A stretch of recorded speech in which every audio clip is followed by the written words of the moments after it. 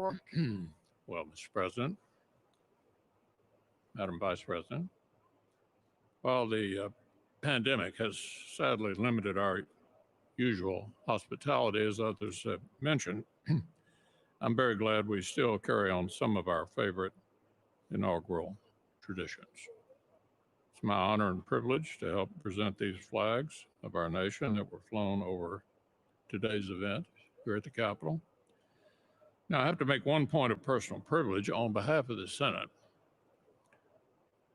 With all due respect to our distinguished speaker and our colleagues from the House, I have to note, not only did we just swear in a son and daughter of the Senate to these high offices, but indeed both these former senators skipped the House altogether.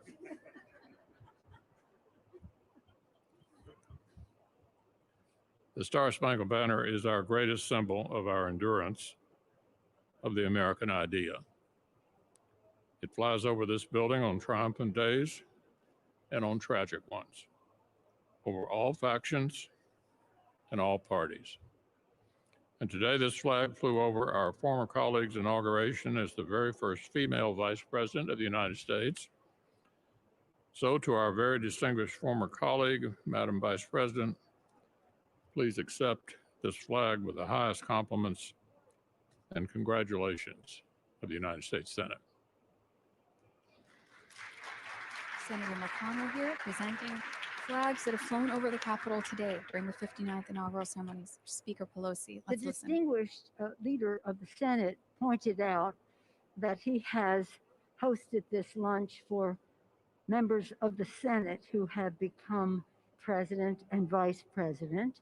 But I have the privilege of giving the flag to the President of the United States, the flag that was flown when you were sworn in, Mr. President. This flag may it reflect all that is said about your inauguration. America united. May it be a symbol of the hope, the healing, and the just all of the enthusiasm that you have for our country. And as we heard the beautiful national anthem, when we're at the stadium and they say, is our flag still there?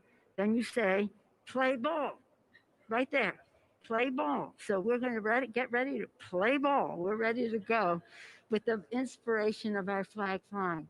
But again, on behalf of the House of Representatives, it is my privilege to extend to you the flag that was flown the early moment that you were sworn in as President of the United States. Thank you, Mr. President. Thank you, Dr. Biden. Thank you. If we had the lunch, we would have had California wine. Is that not right? Madam Vice President? That is correct. Mr. Emhoff, congratulations. With liberty and justice for all. Thank you.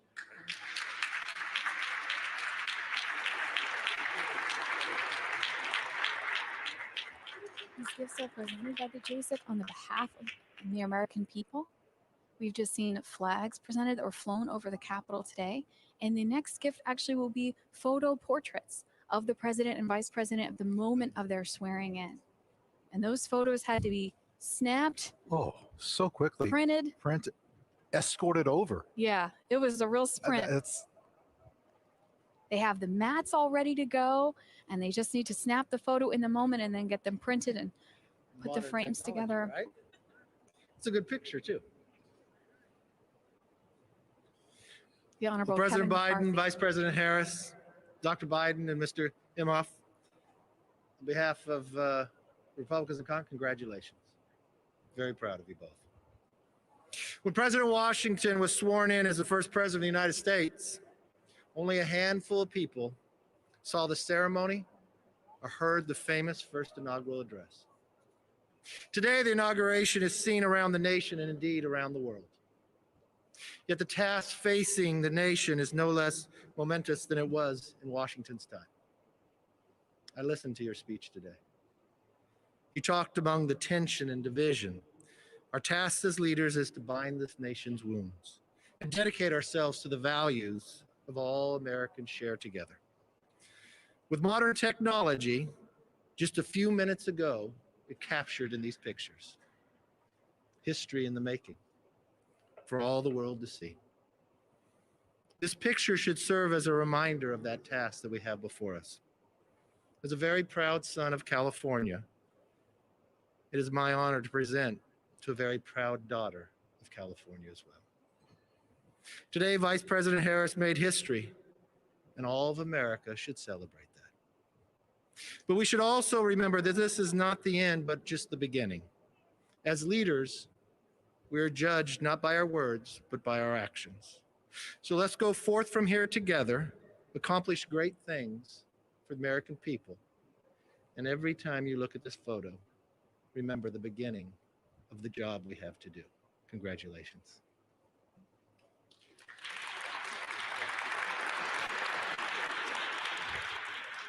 Madam Vice President, Mr. Imhoff, Dr. Biden, Mr. President. No, Joe, you're Mr. President. And we are so proud of that. Dr. Biden, he makes you call him Mr. President? Marriage is about to get rocky, I can tell. On behalf of the Joint Congressional Committee on the Inaugural Ceremonies, I too am proud. More than that, I'm ecstatic to present the two of you this picture. A testament to technology and a testament to history. Mr. President, in your speech, you talked about faith. You talked about tribulations, but you talked about victory. The Johnson brothers wrote a great hymn. You know it well, Mr. President. Today, we have a new day. And that hymn came out of faith and out of deep trouble into hope. And they said, facing the rising sun of our new day begun, let us march on till victory's won. That's what your speech was about. And that's why we are so proud and ready to march with you, President Biden. God bless.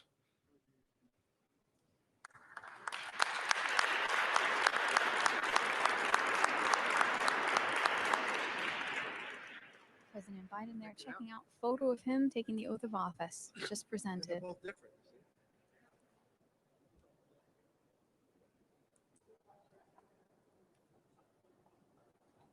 Dr. King's bust in the background this past Monday, celebration of his holiday. That bust of Dr. King was commissioned by Congress in 1986. It's been on that spot since 1989 in the rotunda.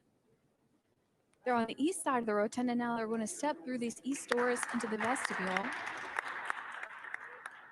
See a statue of President Eisenhower there, given to us by the state of Kansas. Now, friends, you might have been wondering, wait a minute, didn't I see President Clinton, Bush, Obama leave? Yes, to Arlington Cemetery. They're still working. They're placing a wreath at the 2 million ounce soldier. So that's what was going on when they left. And then we had the ceremony here. There's President David Dwight Eisenhower. Dwight David Eisenhower changed his name. Representing Kansas, a new memorial to him was dedicated this past, last May. Yes, the newest memorial on the National Mall is the Yes. Eisenhower Memorial. And again, these statues, some of the statues are saying part of this National Statuary Hall collection. Every state gets two. This collection was started in 1864, and there are two from each one of the 50 states. Only 6 states so far have given statues of presidents of the United States. I And so love that. those statues are in the rotunda. Looking out of the east front steps now, preparing for the pass and review is going to be coming up soon. You can see the military cordon down both sides of the east front stairs. Figures of war and peace in the niches on either side of the door. We have a little bit of a better view of the figure of peace there on our left. You can see her. Classical drapery just at the top of the column of military personnel on your left-hand side of the screen. I mentioned earlier about everyone liking everything old. Look at the old light pictures. Those were just made to look like that just very recently within the last 3 to 4 years. And a lot of elements that are exposed to the elements like that, like light fixtures and these sculptures on the exterior, a lot of times these are facsimiles because the original ones are being held somewhere where they can be preserved for future generations. We haven't mentioned the architect of the Capitol, Mr. Blanton, who's the architect, but just the staff, what a tremendous job they do. From inside working to outside and all this that they have to do. It's quite a task. Oh, you can see it's called a busby, that tall furry hat on the military there. Notice the band. Notice.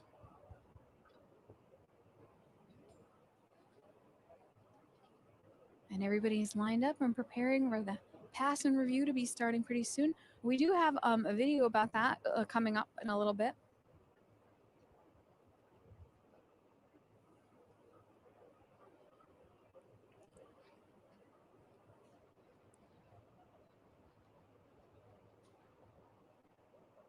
There's an old trolley stand there. Oh, we've got some Look at that. historic uniforms there. We've got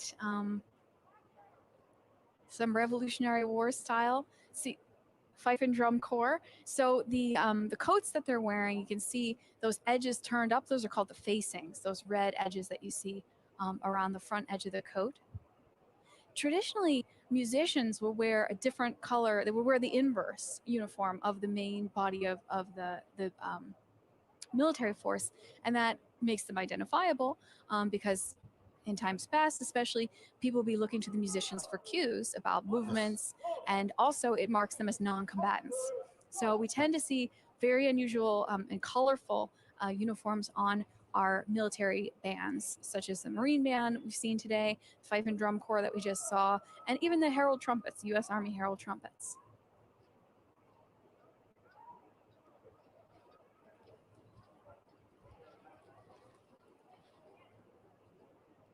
Great view of the East Front stairs here, waiting for President and Vice President to come out and review the troops. I think if you're a certain age, you might think of this area, perhaps at a certain age, President Kennedy's inauguration, perhaps, depending on, again, the age, you think of Blackjack Pershing and his line in state. Now, I know what you think, well, maybe perhaps your grandparents can remember their parents and the imagery and the newspapers coverage. Yeah, lying in state and lying in honor ceremonies that have traditionally happened in the rotunda of the Capitol. This past summer, they had to do something a little bit different for Congressman John Lewis, where they actually put his casket kind of right out there in front of that east front door in order for people to file by on the outside. The lying in honor ceremony happened for the first time in 1998. Two Capitol police officers. Officer J.J. Chestnut and John Gibson. And in 2005, there was a lying in honor for Rosa Parks. And earlier this year, Justice Ginsburg. There also was a lying in honor for Reverend Billy Graham in years past. And then lying in state is something we tend to associate with presidents, but it's happened for a lot of people, as you mentioned a second ago. General Pershing, unknown soldiers, members of the House, Senate. Well, who was Henry Clay? Yeah, he laid in state in the rotunda. He's the first. And then a few years later, when Lincoln was assassinated, that kind of cemented that tradition that we expect that to happen. And again, speaking of Lincoln, we're looking at the East Front steps where Lincoln was inaugurated. We actually have on display down in the Capitol Visitor Center a table. It's stunning. Yeah, so we have the table that Lincoln placed his notes on for his second inaugural address. And it's made from pieces of cast iron from the dome. So the cast iron, 9 million pounds of iron that makes up the dome of the Capitol. Since it's produced in pieces, there are multiples made. And if you've ever made anything using a mold yourself, you know, sometimes they don't all come out perfectly even. So there was a pile of extra pieces and cast-offs. And the workmen working on the Capitol Dome during the Civil War went through that pile of cast-offs, put together a balustrade column for the center as a pedestal for the table, some of the decorative elements for the outside to come down and make feet for it, and then they put a smooth top on it, presented it to President Lincoln for his inauguration. I think it's wonderful that American artists and artists from Italy that painted in the Capitol would often use workers in their artwork. The workers here, I love that. Well, we even know that Constantino Romito painted that fresco inside the Capitol Dome, used some of the iron workers for his models. Charles Thomas, the superintendent, foreman. Particularly for the scene of mechanics that has Vulcan at an anvil and forge, and he needed people to kind of stand in as models to represent the workers in that forge. Remember today's inaugural theme: forging a more perfect union, Yes. determined democracy. Looking at the east front here, backed out a little bit so that you can see a little bit of the historic Capitol on either side of the stairs. Friends, if you were to come to Washington and walk around the Capitol, even in the evening, when it's dark, the building will teach you something. You will learn something. You'll pass a member of Congress at night and not know it. And you'll go by 20 yards later and someone will say, wasn't that so-and-so that just walked past? I believe so. Here they come for the reviewing of troops. Now, I was just going to say Calvin Coolidge's inauguration, the first one to be broadcast by radio, 1925. And the first one for TV, Truman, 1949. The cables for people to watch it in the Midwest had literally just been installed a few weeks before. Folks on the West Coast still couldn't watch Truman's inauguration.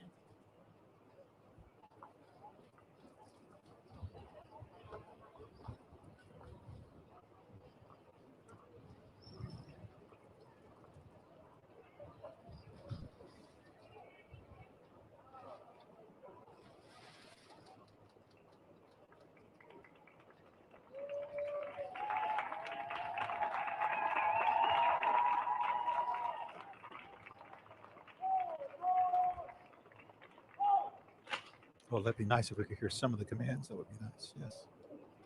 We can hear the applause. I know those two words, forward march. I think I've uttered that a time or two. Let's listen and watch.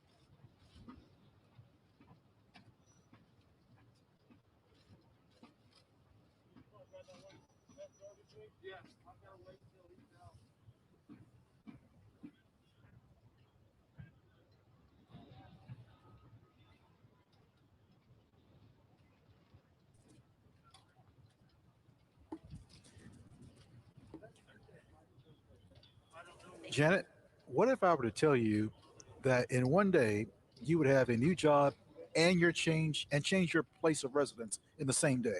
What would you say to that? Seems like a lot. And a new ride. A new car. And a new car there. I don't know if everyone noticed how thick those doors are when they put the president into that car, but there it is, nicknamed the Beast. Departing from the East Front, they're on their way over to Arlington Cemetery, lay a wreath. And past two presidents while doing it. William Howard Taft and John Fitzgerald Kennedy.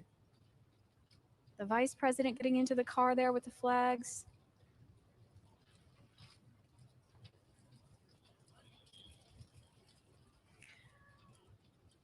You know, Chairman Blunt, the JSEC announcing this 59th inaugural, spoke about this event, commonplace and miraculous, and how this stands as an assurance to all people of our continued, unbroken commitment to continuity, stability, perseverance, and democracy.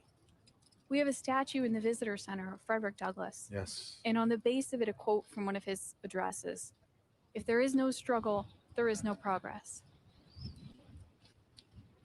This year's inaugural theme, selected by the JSEC, are determined democracy, forging a more perfect union. I would say a prolific display of that today. As we see the vice president and the president loading into the limousines, preparing to depart here on the east front of the Capitol, following the pass and review of troops. Family members headed back as well.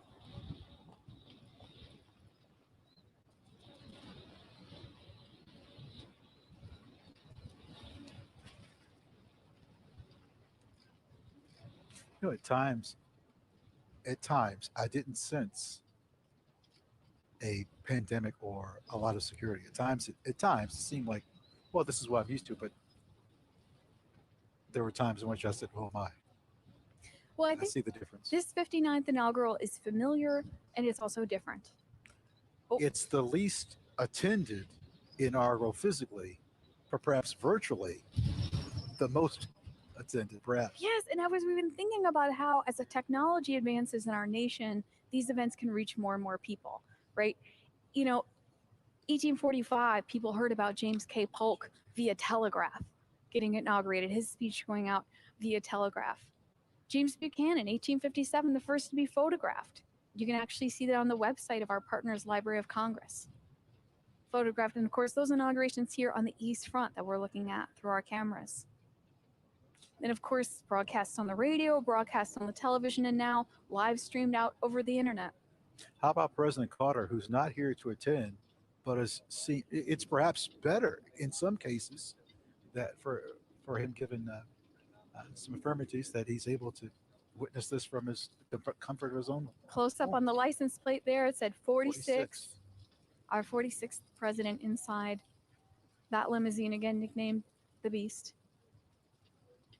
It's very heavily armored.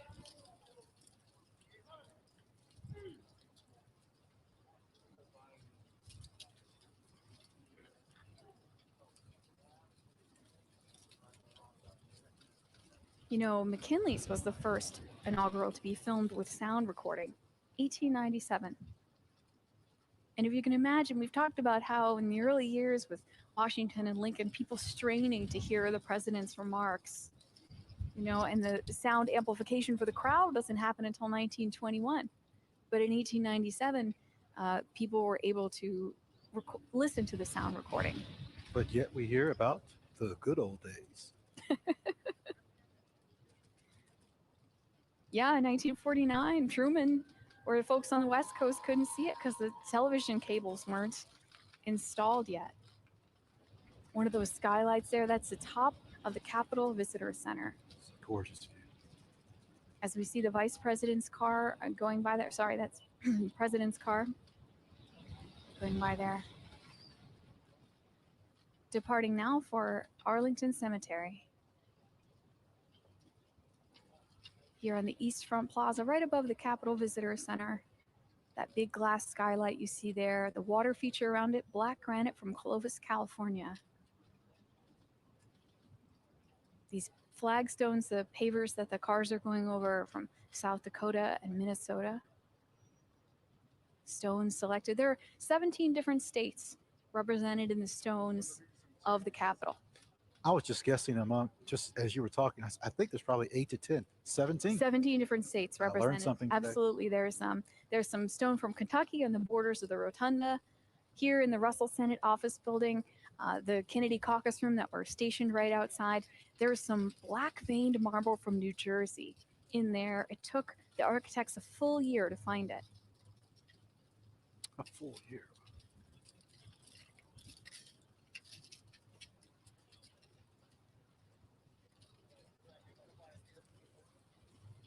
So throughout the day, we've been able to show you several videos showcasing history and traditions of inaugural ceremonies. And we do have one to close out today as we watch the departure here on the east front of the president and the vice president. You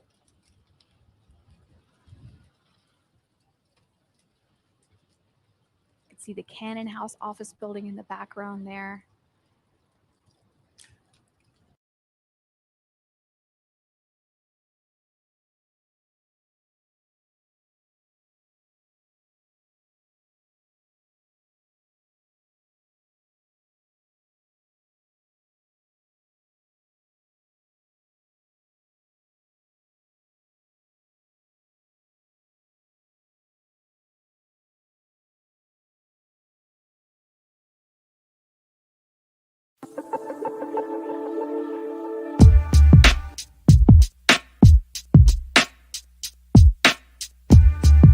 Used to be based upon the growing season. Members would leave for months because they were planters. Yeah, the traditional August recess that Congress takes is based around that agricultural calendar and also the unpredictable Washington, D.C. weather, if you Just can a believe bit. it. We've Just seen a bit. today, we've seen clouds, we've seen sunshine, we've seen high winds, we've seen snow flurries, a little bit of all three happening right now, it looks like. As we see the motorcade depart from the east front of the Capitol. Cannon House office building there with the crane at the top right.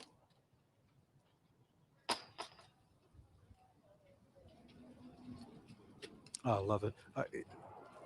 I can't say enough about the people who have performed admirably with these cameras. It just,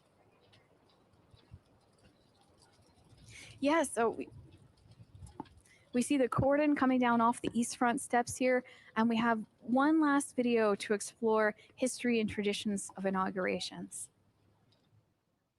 The inaugural ceremonies may be a routine event, but it remains a unique symbol of our constitutional system. Today, as we celebrate the inauguration of the 46th President of the United States, we signal to the rest of the world that we are united as a people behind an enduring republic.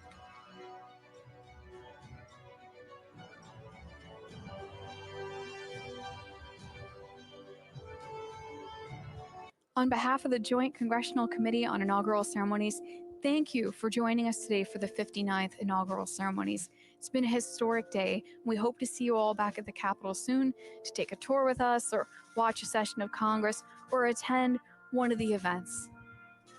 this has been our privilege. Thank you to the camera crew. Thank you to Beth Flemons, the Capitol Visitor Center,